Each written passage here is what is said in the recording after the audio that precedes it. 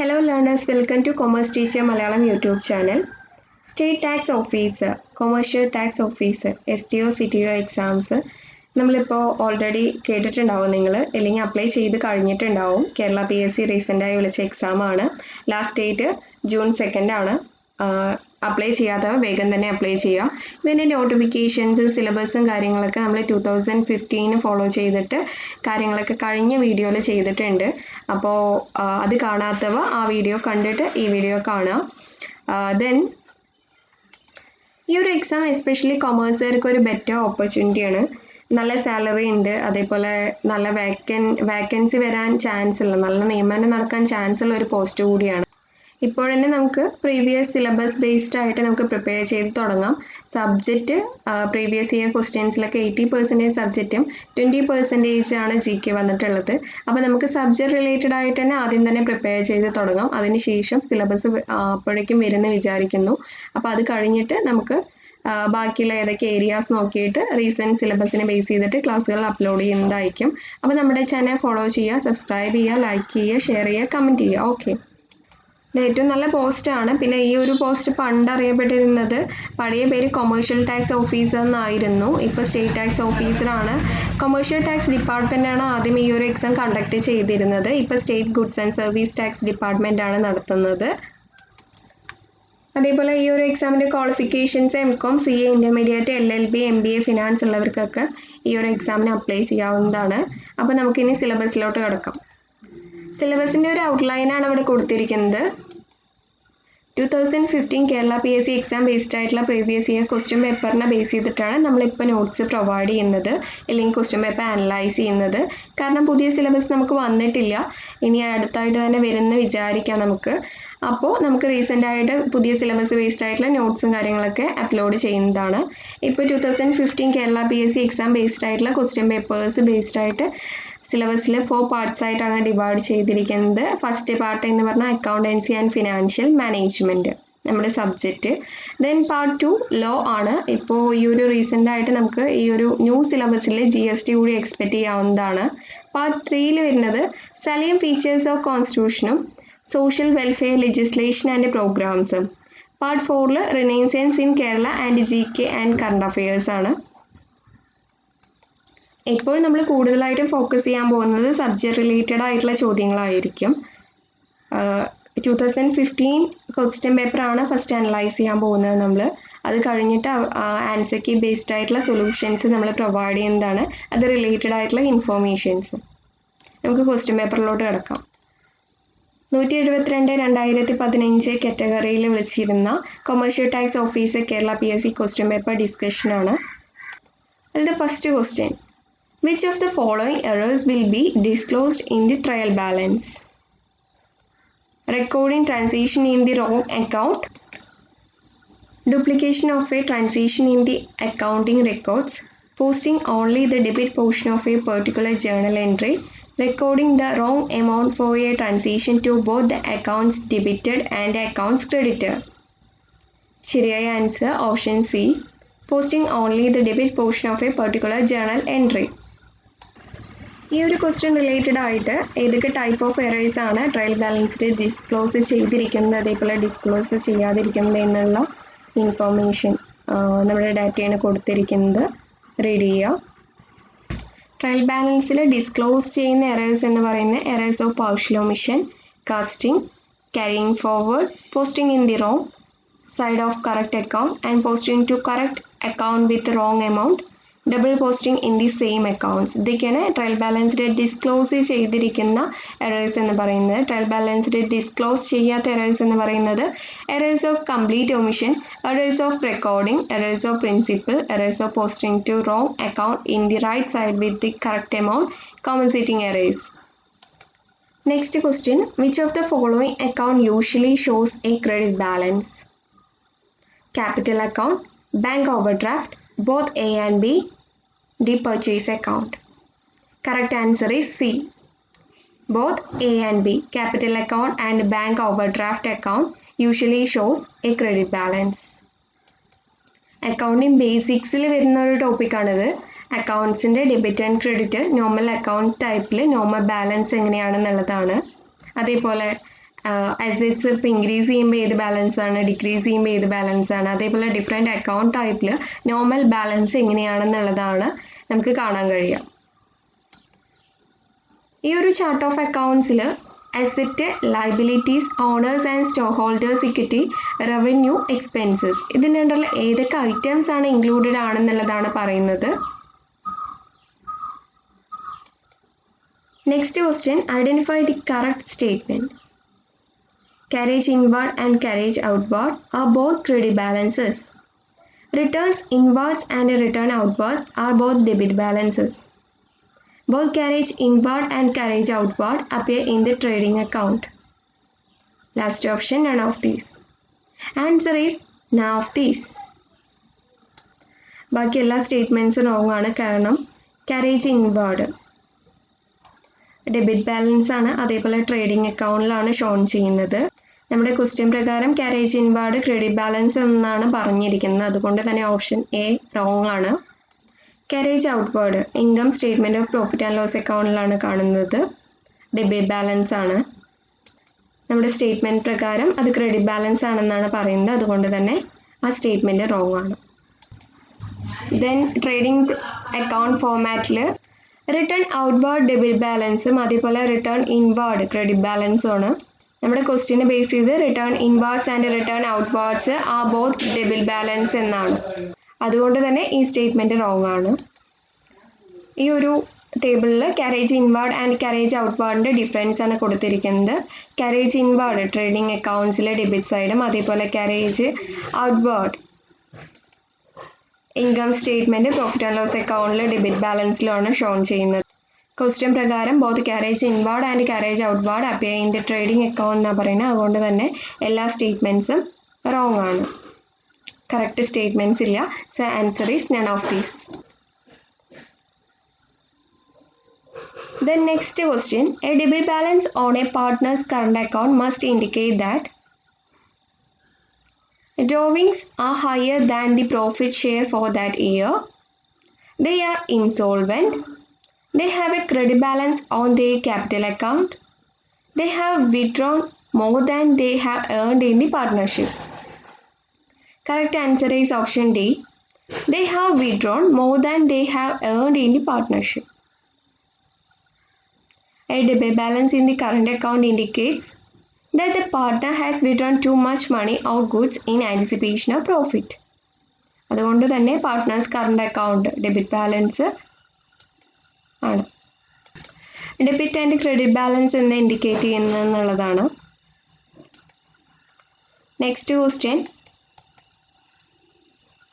locate the item that would not be found in the profit and loss appropriation account of partners.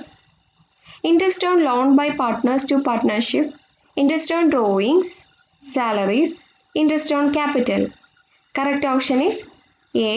Interest on loan by partners to partnership.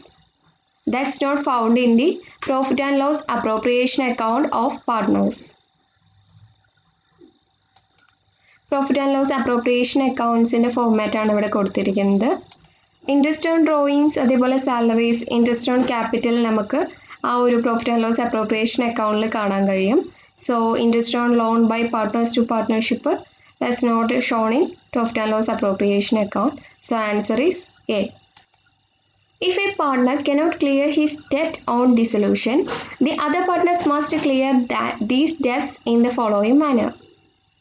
Sharing ratio of the partnership, in the ratio of the capital balance, shared equally, debts should not be cleared by other partners. Correct answer is option B, in the ratio of the capital balance. If a partner cannot clear his debts on dissolution, the amount not paid is a loss to the firm, which under the Garner-Murray rule is to be borne by the solvent partner. The loss is a capital loss which should be borne by the solvent partners in the ratio of their capital in the balance sheet on the date of dissolution.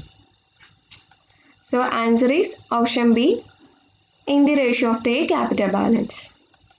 Conversion കോസ്റ്റിൻ്റെ equation ആണ് അവിടെ ചോദിച്ചിരിക്കുന്നത്. Conversion cost equal to direct material plus direct labour plus direct expense, direct labor plus direct expense plus factory overheads, works cost minus direct material.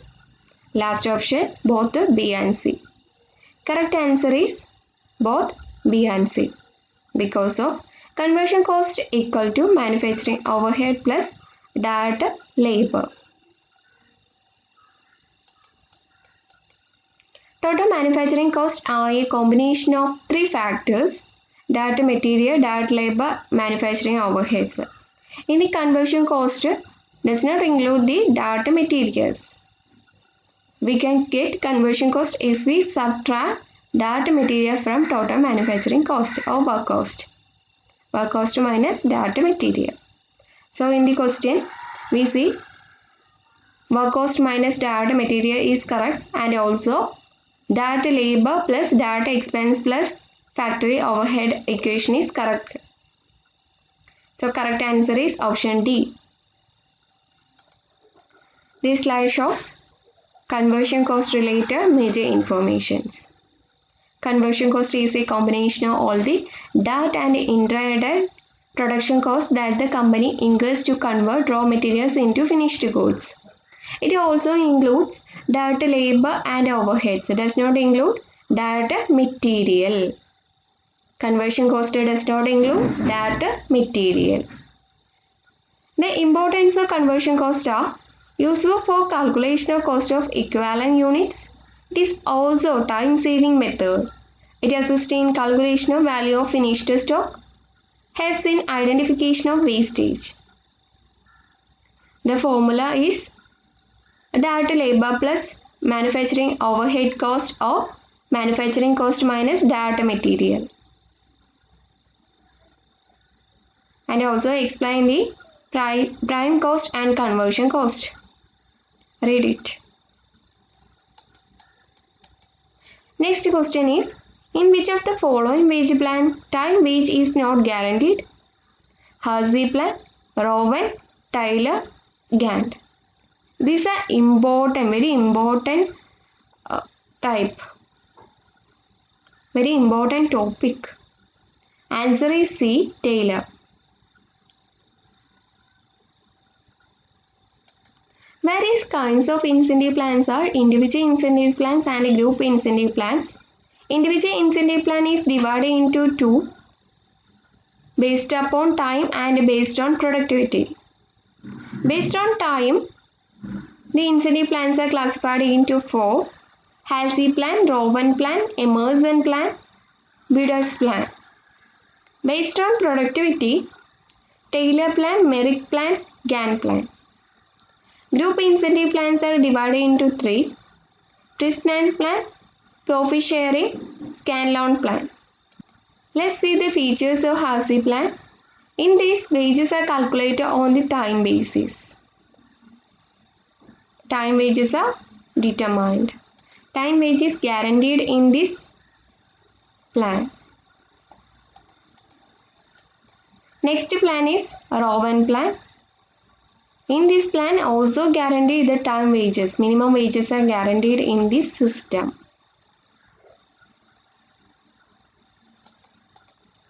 Next, Taylor incentive plan.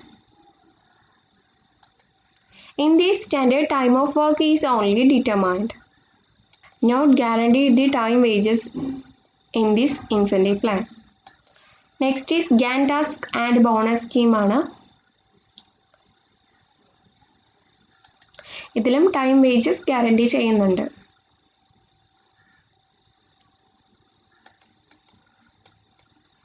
ഹാൽസി, Rowan, Emerson, efficiency, Bedaux point plan major features ആണ് കൊടുത്തിരിക്കുന്നത്.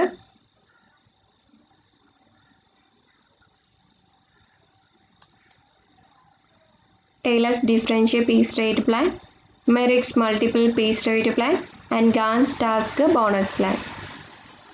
ഇതൊരു important ടോപ്പിക്കാണ്. Net JRF എക്സാംസിനും അതേപോലെ commerce related ആയിട്ട് എല്ലാ എക്സാംസിനും നമുക്ക് ഈ ഒരു ഇൻസെൻറ്റീവ് പ്ലാൻസ് എന്ന സൈഡിൽ നിന്ന് ക്വസ്റ്റ്യൻസ് എക്സ്പെക്റ്റ് ചെയ്യാം. Next question is absorption of overhead means distribution of overhead to all departments, charging of overhead to individual products, identification of cost, grouping overheads between direct and indirect. Correct option is option B, charging of overhead to individual products. The explanation for this answer is absorption of overhead refers to charging of overhead to individual products or jobs. It is a process of distribution of overhead allocated to a particular department or cost center over the units produced. The absorption of overhead is done by applying overhead absorption rates. Absorption of overhead കാണുന്ന കുറച്ച് മെത്തേഡ്സും അതേപോലെ ഇക്വേഷൻസും ആണ് കൊടുത്തിരിക്കുന്നത്. Major methods: percentage of direct material cost, percentage of direct labor cost, percentage of prime cost, direct labor cost, machine hour rate, rate per unit of production. 10th question is which one of the following are not appear in the cost sheet? Cost sheet appear ചെയ്യാത്ത items: bad debt, income tax, both A and B, counting house salary. Correct option is C, both A and B. Bad debts and income tax are not appearing in the cost sheet. Cost sheet ന്റെ format ആണ് കാണുന്നത്.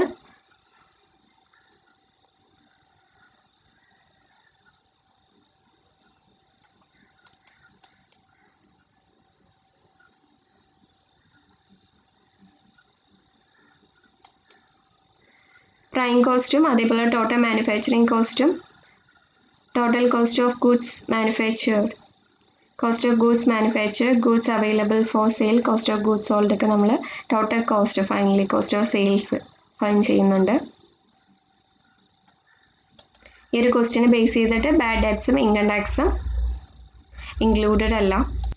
Counting house salary sections നമ്മുടെ cost ഷീറ്റിൽ appear ചെയ്യുന്നുണ്ട്. അപ്പോൾ accounting ബേസിക്സിൻ്റെ ഭാഗത്തു നിന്നാണ് കൂടുതൽ ക്വസ്റ്റ്യൻസ് വന്നിട്ടുള്ളത്.